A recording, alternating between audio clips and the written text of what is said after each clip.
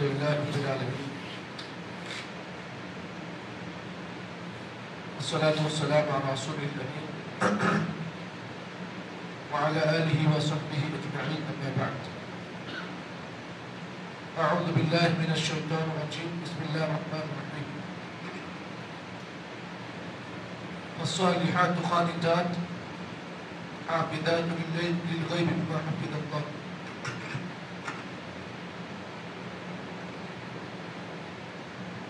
گزشتہ درس میں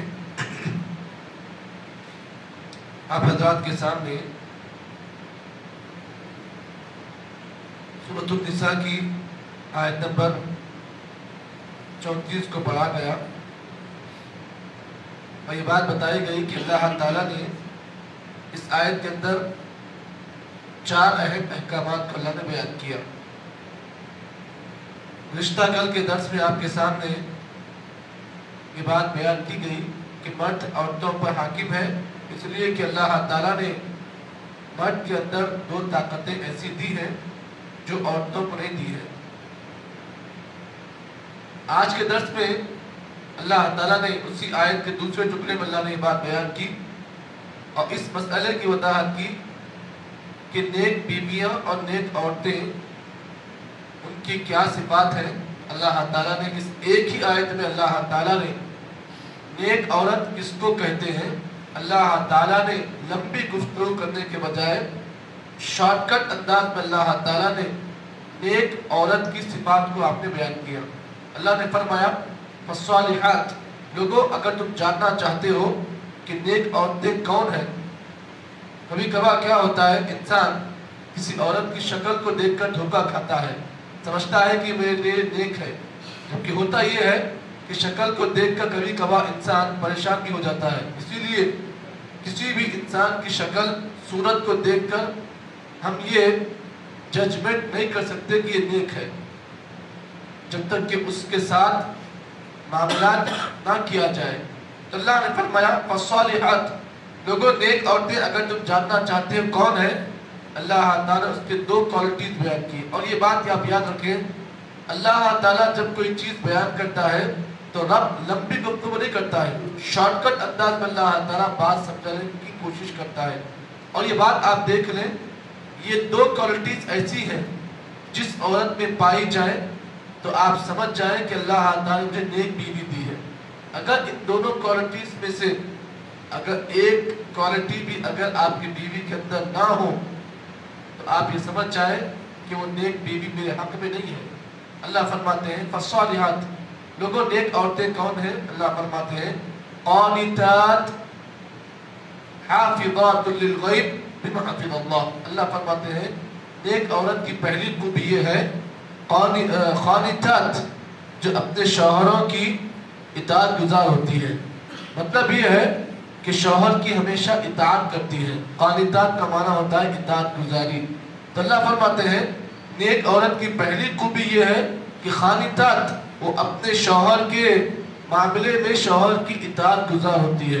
جہاں کہیں بھی شوہر کا حکم ہوتا ہے اس حکم کو آخری حکم سمجھ کر اس حکم کو فالو کرتی ہے. اسی لیے اللہ کے نبی صلی اللہ علیہ وسلم نے یہ بات بیان کی اگر دنیا میں میں اللہ تعالیٰ کے بعد کسی اور کو سجدہ کرنے کا حکم دیتا تو میں اس بات کا حکم دیتا کہ عورتیں بیویاں اپنے شوہروں کا سجدہ کریں.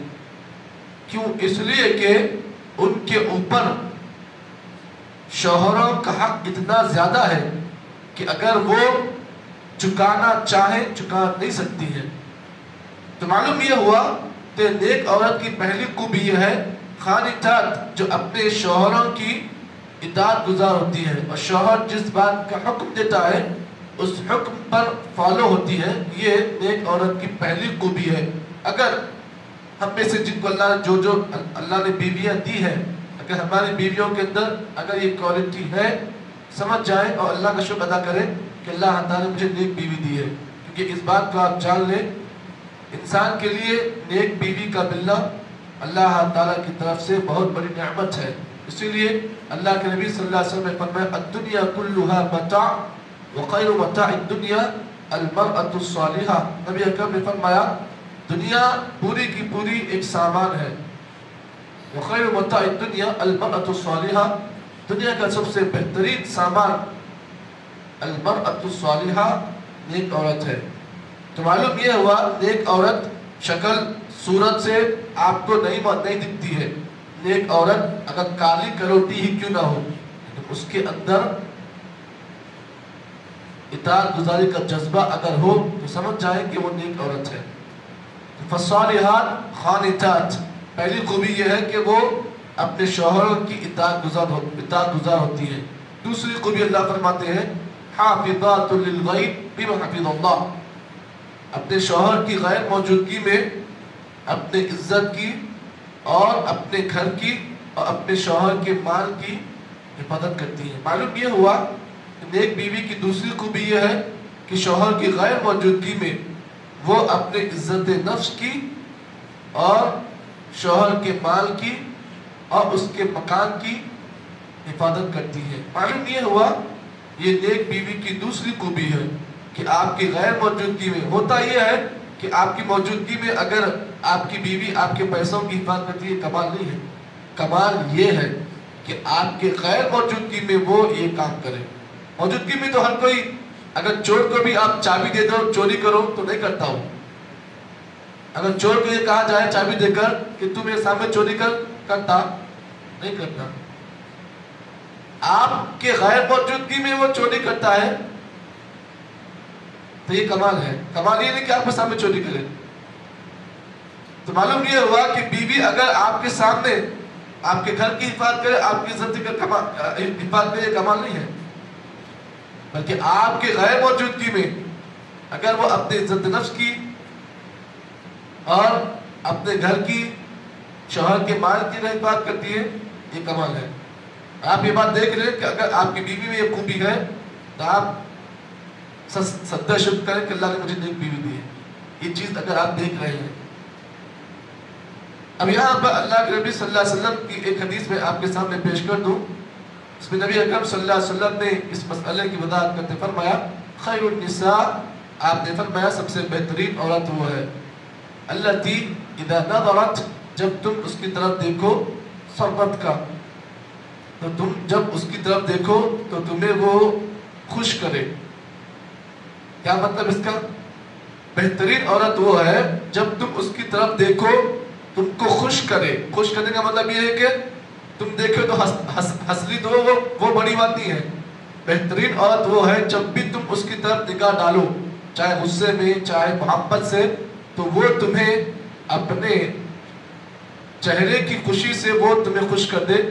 یہ بہترین بیوی ہے. خیر النساء التی اذا نظرت صدقت واذا اطاعت، اور جب بھی تمہیں حکم دے، جب تمہیں اس بات جب تم اسے کسی چیز کا حکم دے تو وہ تمہارے حکم کی خلاف ورزی نہ کرے بلکہ تمہارے حکم کی اطاعت کرے.